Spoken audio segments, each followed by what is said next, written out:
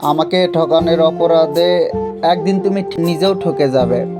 আমাকে ভীষণভাবে ঠকানোর জন্য হলেও একদিন তুমি কারো কাছে ঠকে যাবে। এই যে আমি তোমাকে এত ভালোবাসি ভালোবাসি বলছি, অথচ তুমি আমাকে কোনো গুরুত্ব দিচ্ছ না। একদিন তুমিও ঠকে যাবে। কোনো মানুষ তোমাকে ভীষণভাবে ঠকাবে, তখন তুমি তাকে প্রচণ্ড বলবে, আমি তোমাকে ভালোবাসি, আমাকে ছেড়ে যেও না। এই কথাগুলো বলার পরেও সেই মানুষটা তোমাকে ছেড়ে যাবে।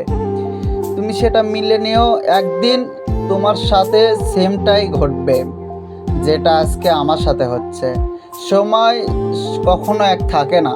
আজকে তোমার সময় আছে, তুমি ইচ্ছে মতো আমাকে নিয়ে খেলছো, আমাকে নিয়ে অভিনয় করছো, আমাকে ঠকাচ্ছ।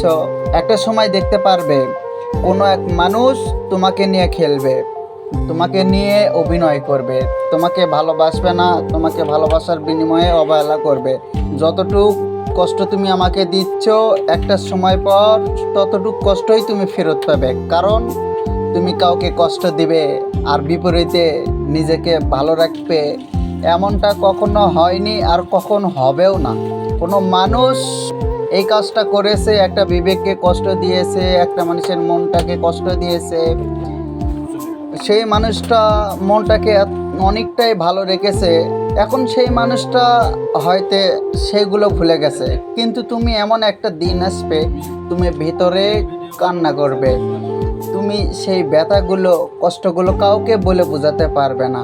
এই কথাগুলো আসলেই বাস্তব, তুমি কখনো কাউকে বলাতে পারবে না। আমি আসলে সত্যি চাই এই কষ্টগুলো তুমি কখনো না পাও।